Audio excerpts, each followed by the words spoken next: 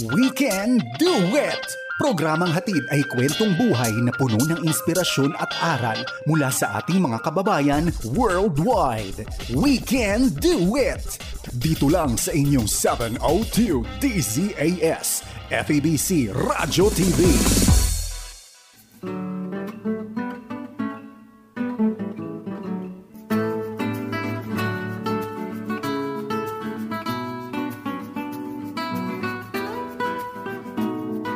Magandang araw po sa inyong lahat, mga kaibigan. Nagkakarinigan na naman po tayo at ngayon nagkakakitaan na.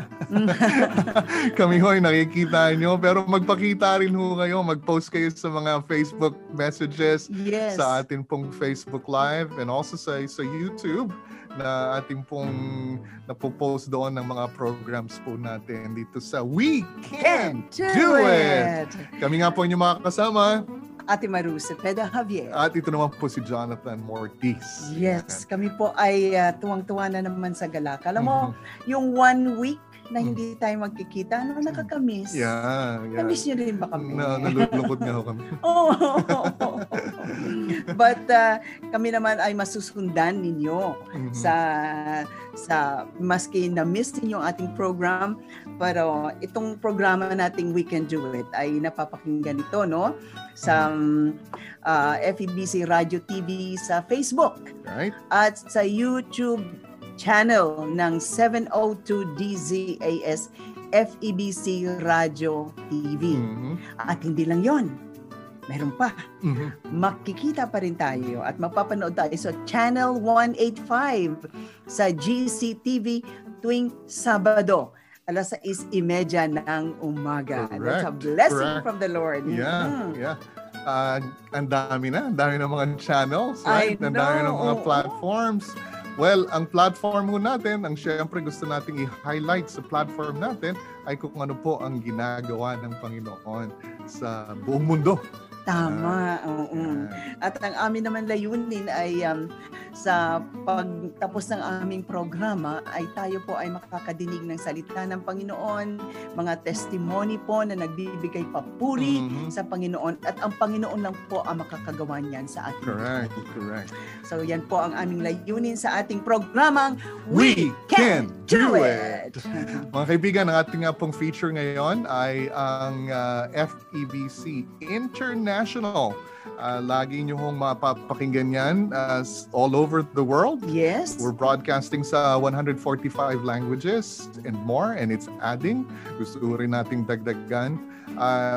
At nakikita ho natin yung story, yung narrative ng kung ano yung ginagawa ng Panginoon sa buhay po ng mga listeners natin. That's true. Alam nyo mga kaibigan, ako po ay mahilig. I believe lahat naman tayo mahilig makapakinig ng story. Right? Mga story. Kahit ang mga songwriters, ang sinasabi nga natin, kahit ang mga songwriters, ang mga mahusay na songwriters ay storytellers. Correct. Nagbibigay sila ng mga kwento. However, ang best storyteller natin, walang iba kundi ang Diyos mismo. Yes. Kaya yung istorya niya noon pa, hanggang ngayon ay pinagkukwentuhan pa rin. Correct. Naipakita ho niya ng husto yung storyang yun sa ating pong Panginoong Jesus. Yung narrative po ng story ng ating Panginoong Jesus. Kaya ngayon, makakarinig ulit tayo ng mga storya ng, yung kumabit sa God's story. Correct. Ngayon yung life story nila makikita natin. Mga kaibigan, ang ating pong broadcast sa Thailand, which I'm involved in, ay meron tayong mga listeners doon na nakikinig sa atin, and also through our Bible correspondence course, marami sa kanila ay nasa preso. So they have all the time, dumating sila sa point na lugmok sila. At ngayon po ay tumitingala na sila, naghahanap ng saklolo. Amen. Naghahanap po ng saklolo sa Panginoon. At nakita nila itong yung programang ito at saka yung Bible correspondence course. So nakikipagsulatan sila sa ating pong staff sa Thailand na nakabase sa Bangkok. At nagpapasalamat sila, nagbibigay ho ng mga kwento kung paano ginamit ng Panginoon yung Bible correspondence course ng FEBC Thailand sa buhay nila. So Ate Maru, ito yung magbabasta ako ng 2 storya. I know I will be blessed and you too. And definitely, Ate Maru, if you have questions, feel free to ask questions. Yes, okay? yes. In behalf of ng mga listeners natin. Di ba? Kasi hindi sila makatanong ngayon. Oo, guys, sana nga, no? Right. Anyway. So ito, sabi niya, ito si Mr. A naman ng Chonburi Province, sabi niya, before I heard and learned of the gospel of Jesus Christ, our Savior, my life was chaotic and confusing.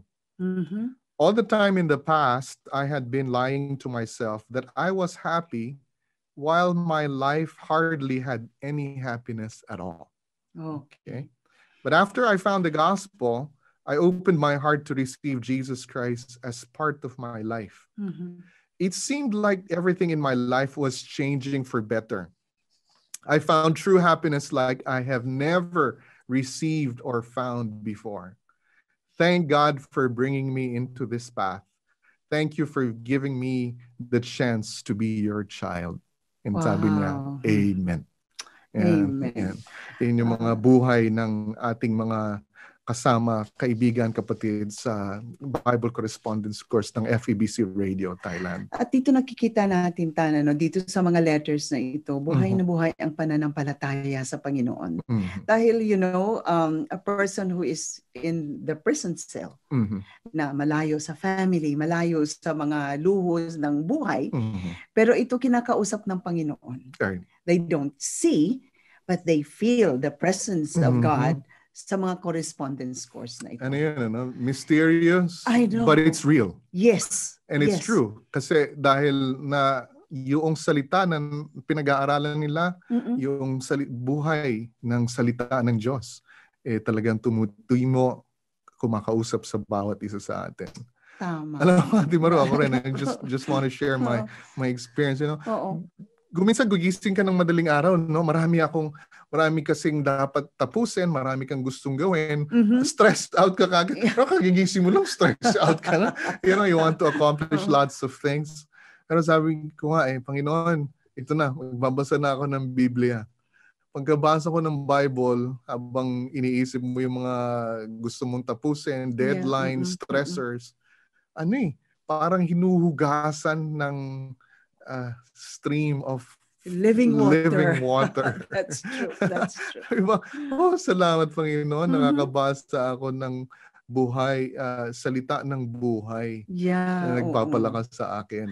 Ako din, personally, sa umaga, kasi marami tayong concerns, ang mga loved ones natin nasa Pilipinas, sa ibang lugar. And pag once malaman mo na something is wrong, they have problems, dala-dala mo yun. Yes, naapektuhan ka kaagad.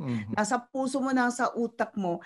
But, early in the morning, when you talk to the Lord, kasi ang panalangin po, hindi lang yung sigil lang, yung parang ritual na ginagawa natin. Ang panalangin, we are actually talking to God. That's true. And He listens. He listens. So, ibuhos natin doon, napakaganda ng feeling na, Lord, I can do it with you. Right. Oh, now I can see, I can face the day with you. That's in me. True. Yan. That's true. Ang ganda ng feeling, mga kaibigan. So, always have a duet with the Lord. Right. Yes. So Ate Maru, ito pa yung storya din ng ating listener. Yes. Ng isang estudyante natin sa Bible Correspondence Course. Mula pa rin doon sa Chonburi. Ang dami nating na tagapakinig sa Chonburi Province. Wow. Si Mr. P naman. I once found myself in a dead-end situation that I didn't know how to fix. I was truly at the end of my rope. Then I received a word of advice from a Christian friend. He said, I should pray to God. Sabi niya, whatever in your mind, ask for it from God. And God answered my prayer. That was the first time. But before that, I took the Bible correspondence course during my first sentence in prison. So nasentensya na siya noon. No? I wrote to the teacher as well. I don't know if he's still around. So matagal na yon, probably. Mm-mm. He asked if I wanted a copy of the Bible, but I was released before I could answer. I forgot everything and every thought I had of believing in Jesus. I completely forgot it all until the day I was sentenced to do time in prison for a second time. Mhm. So nakulong ulit siya. Mm-mm. That's when I thought of God. On the day I was facing a huge problem once more. I asked God for what I wanted. This time, it made me feel grateful and want to trust in God. There were miracles that I wanted, but God gave me the simple things that I needed. Wow. Yeah. Alam mo, you know, God. ito God's story na naman ito no, sa buhay niya. Mhm. Yeah, hindi tayo nakikinig una. Ngayon, nakikinig tayo. Pero pagka napagtanto natin na wala na tayo talagang, everything is lost, Yeah. Mhm. we find everything In God. in God. Yes. You Yes. know? That's why we can do it. That's why Yeah. we can do it. So Mm-mm. it's paradox eh. Paradoxical 'yon, no? Tama. Pero hahayaan tayo ng Diyos eh hanggang umabot tayo dun sa point na okay, Panginoon, ayoko nang sumamba sa iba. Ikaw na ang sasamba. Yeah. Ikaw ang sasambahin. Sometimes we are always at the end of the rope. Right. Nasa bingi na tayo ng kung ano man ang gusto nating to harm ourselves. Right. And that's where when you call upon God, He will answer you. Amen. Because He is never too late. He's never too early. He is always on time. Right. Wala Timaru, kaya nga ito yung ating programa. We can do it. Kasi yes. makakarinig pa tayo uli ng God's story sa buhay ng ating kapatid mamaya-maya. At ito po ay story na naririnig natin sa pamamagitan po ng ministeryo ng FEBC International. And we can say, yes, you can do it. We can do it. Really, we can do it too. We can do it. Yes, we can do it. Really, we can do it too. Yes, Lord. Thank you, Lord. Thank you that you are with us. You are for us. And you are in us. Oh, God, thank you so much. Well, we have a special guest sa ating program, no? At ito yung portion natin na testimosika. Yan. Testimony at may musika ka. Yun, okay. Nakadugtong. Testimosika. Yun. So ang ating guest ay malayo.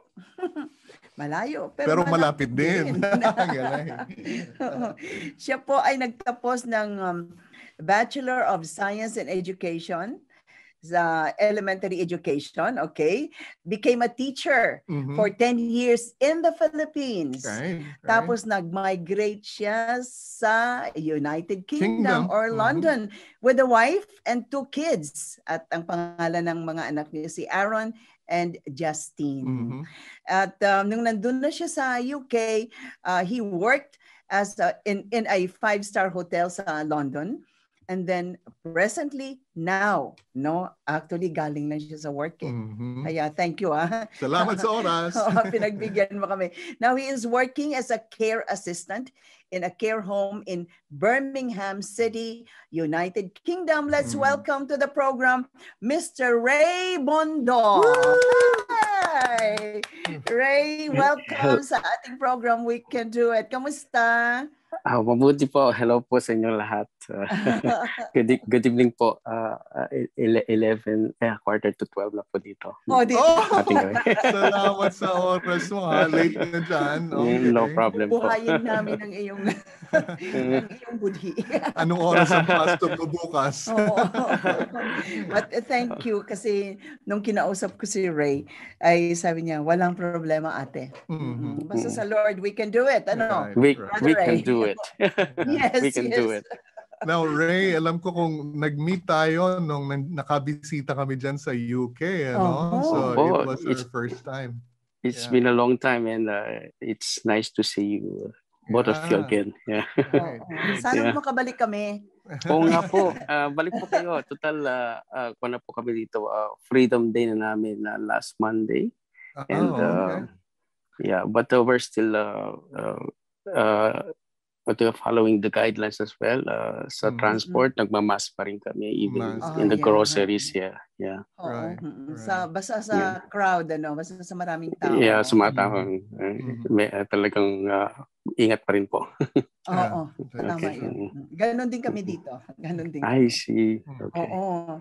So, Ray, how's the family? Kamusta ang family? Oh, we're fine. We're fine. And we're doing good sa tulong at sa gabay ng Panginoon. We haven't experienced any, COVID positivity o lahat kami negative, and we are tested weekly. So sa biyaya ng Panginoon, we're still alive and healthy. Oo. So kasi sa nature ng trabaho mo, lagi kayong iti-test. Opo. 3 times a week. Oh, wow. Talaga? 3 times a week. Opo. Wow. Oo. Opo. Yeah. Ay, nako. Anyway, Brother Ray, we are so glad na okay ang family, okay na mga church members natin dyan, and we miss them. And one day, if i-feature din natin sila dito sa ating program. Yes, please. Pero ang ating portion ngayon is testimosika. Alam ko mahilig ka kumanta. When was the first time na sinabi mo sa sarili mo, ako ay kakanta para sa Panginoon? Nangarap po ako. Since elementary, high school, hindi po ako kumakanta. Tagapakinig lang po ako sa choir po, kasi I grew in Methodist Church in Tarlac City, and I dream of to be part of member ng choir, junior choir, pero hanggang pangarap na ako, Lord, sana maging part din ako ng junior choir, pero it didn't happen kasi mahiyain po ako at parang pinaglihiyata ako sa makahiya planting. Kaya and wala po akong confidence, basta pinagpray ko, Lord, someday I hope I can sing and share your love through music. And it happened when I was in college. And nag-aral po ako ng music clinic, voice lesson. Okay. And nilakasan ko pong loob ko kasi although wala po akong confidence, and andun yung passion ko na sana matuto rin akong kumanta. Opo. Ayun. Maganda yun, Ray. Gusto ko lang i-highlight yun kasi nakita mo yung desire mo, nakita mo yung passion mo. However, you have to fight against yung pagiging makahiya. Kaya nag-aral ka. Nag-aral po ako. Nag-pursige That's po ako. good. That's really good. Kasi gusto mong i-hone yung skill set mo sa iyo. That's good. Yeah, I think that was a stepping stone for you to get out of that comfort zone. Kasi pag nag-aral ka, hindi lang din naman sa banyo kakakante. Ibig sabihin, one step higher na you'd like to sing in a crowd, in a church crowd, where people are watching you. Sa klase, di ba sa klase, marami ba kayo o one-on-one yung clinic? Marami po kami, tapos meron din po kaming at the end of the session, meron kami recital. Kakanta ka talaga sa tao. Sa harap Opo. That's right. And wala po akong confidence kasi first time pa lang ako noon. Pero thank God dun sa teacher ko, sa yung music teacher ko. Pwede mo mention yung pangalan? Yes, sure. Acknowledge natin sila. Si Pastor Eric Moreno, at saka po si Sister Mercy Surla. Sila po yung mga teacher ko noon sa music clinic. And si Pastor Eric Moreno, nandito rin po sa London. Siya po yung teacher ko sa music clinic. Siya po yung naging encourage sa akin na, Ray, halika. Kanta tayo sa mga singing contest ito sa sa Tarlac, kasi taga-Tarlac po kami.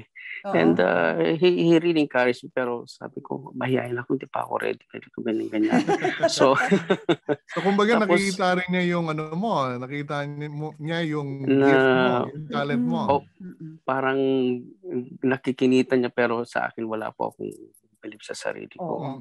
And nung nagkaroon ng isang sayawitan, ang tawag dun sa pinakamalaking patimpalak na singing contest sa Tarlac City, dahil piyesta noon, in-encourage ako nung Pastor Eric, na yung teacher ko sa music clinic, na sali kami, 2 kami.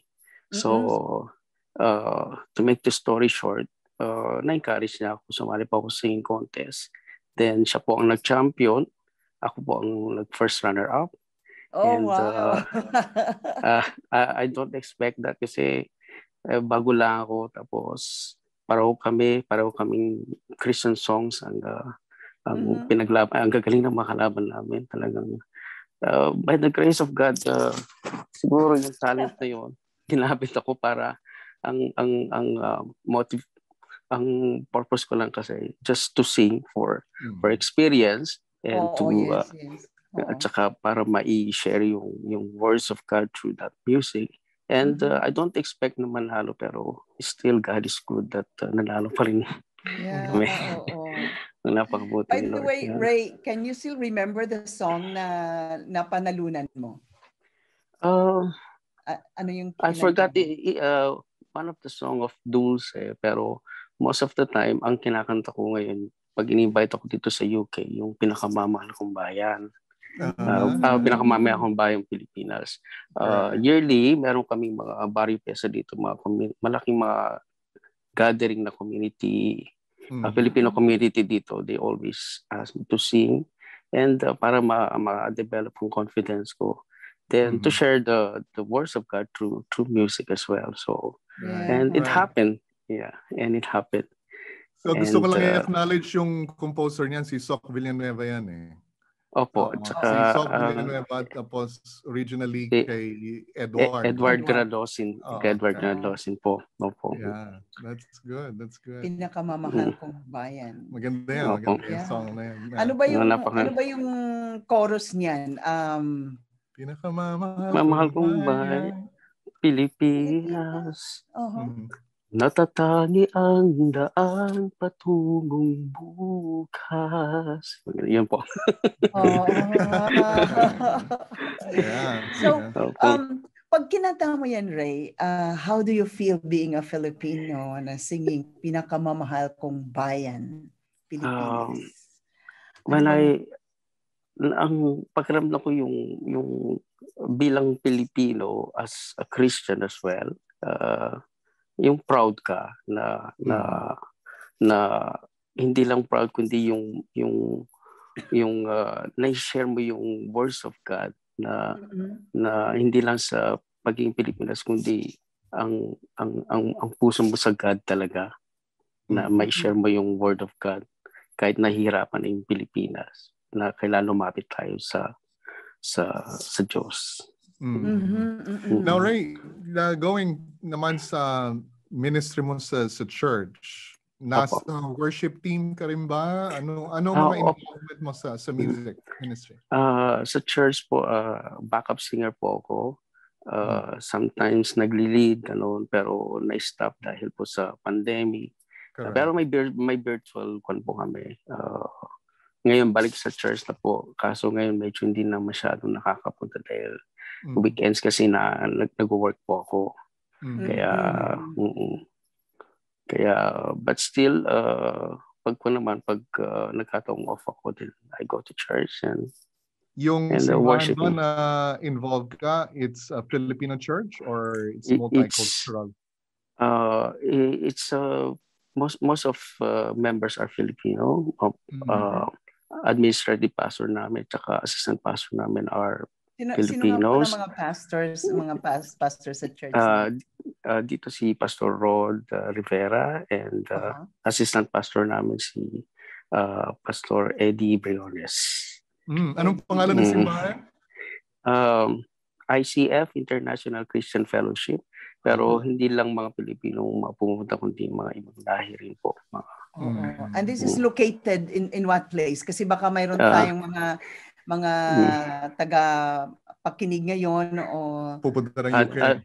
Pupunta ng UK o malapit sila. Ay naku, malapit ako sa hanapin po ninyo si Ray Bondo. Dito lang po malapit sa bahay namin, dito lang po sa Woodgate Valley, Birmingham City.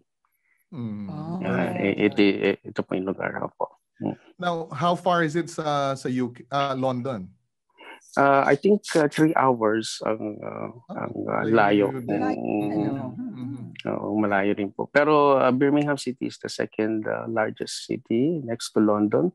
And napakaraming Pilipino po dito. Okay. Pero nung nagkita tayo noon, nung nagpunta kami dyan, you were with Pastor Simon. Pastor Simon. Sa London mismo yun. Sa London mo, sa Cross Point. Nakasama po natin yata noon sina Pastor Romel Guevara. Yes.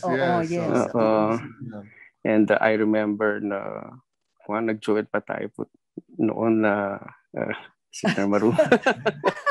Nag-duet tayo. Nag-duet tayo. And it's a big privilege. Parang feeling ko, nakapunta na rin ako ng FEBC kasi isang papuri singer ang naka-duet ko. Praise God. Sa Pilipinas ba? Sa Pilipinas, nakikinig ka na ng DZAS sa FEBC? Opo. Noong 1986, nakilala ko po si Lord. Second year high school po ako noon. And ate ko ang nag-pray sa akin na sana makakakilala rin ako. And nung answered prayer, talagang matinding panalangin niya. Naging Christian ako kasi matigas ang puso ko noon. Then nung na-receive ko ng Panginoon, umaga pa lang, nakakuha na kami, nakatune in na kami sa halid ng panalangin hanggang sa gabi ng buong program ng FEBC. Wow. At nakaka-bless yung mga programa ng bawat ng 702 DCAS. Amen. Ray, aside from Pinakamamahal Kong Bayan na awit sa papuri, mayroon ka pa bang isang paborito at bakit mo naging paborito itong kantang ito?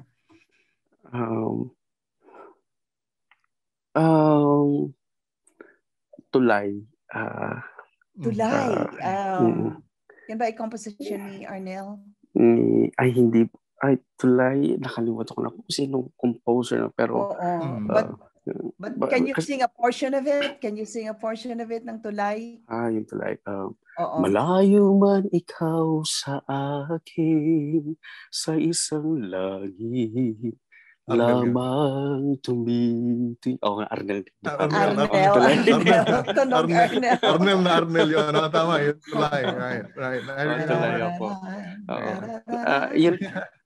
Yun po ang gusto kong song kasi yung message ng song Tulay. Bali, ang naging tulay ay si Jesus Christ na para makilala ko siya.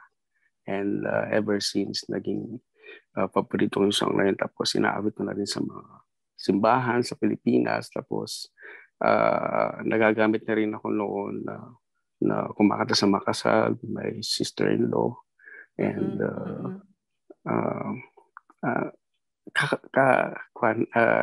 I really thank God for giving me that gift. Kumbaga parang it's not too late na ma-discover ang talent basta hindi mo sa Panginoon ibibigay niya for His glory. Ray, we have a few minutes no. Ano ang challenge mo sa ating mga kabataan? Based from your experience, from your life, ano bang ma-encourage mo sa kanila? I encourage all the young people na huwag kayong mag-give up kung meron kayong talent na gustong ihilingin sa Panginoon. Just ask and it will be given to you. And of course, kailangan gumawa ka rin ng paraan na try mo yung best mo para mag-strive hard to get that talent na gusto mo na ibibigay din ni Lord in the near future. And the Lord will use you for that talent para may bahagi mo ang salita ng Diyos through music or whatever talent. That's right. Thank you so much, Ray. Thank you so much. Wow. Thank you so much as well. Oh, yeah. We can do it. Yes, we can do it. With Christ who gives us strength, we can do it. Yes, we can do it. With Christ who gives us strength. Wow. Again, maraming salamat, Ray Bondok. Maraming salamat din po. Guest sa araw na ito. Thank sa ating you. Programa. At kami po ay pansamantalang magpapaalam mga kaibigan. Pero babalik kami next week sa ganito ring oras at estasyon. Ito nga po ang programang We Can Do It. Napapakinggan sa FEBC Radio TV at napapanood sa Facebook Live at YouTube channel ng 702 DZAS FEBC Radio TV.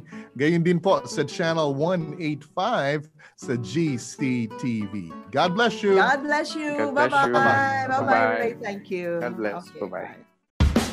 Inyong narinig ang We Can Do It dito lamang sa inyong 702 DZAS FEBC Radio TV, agapay ng sambayanan.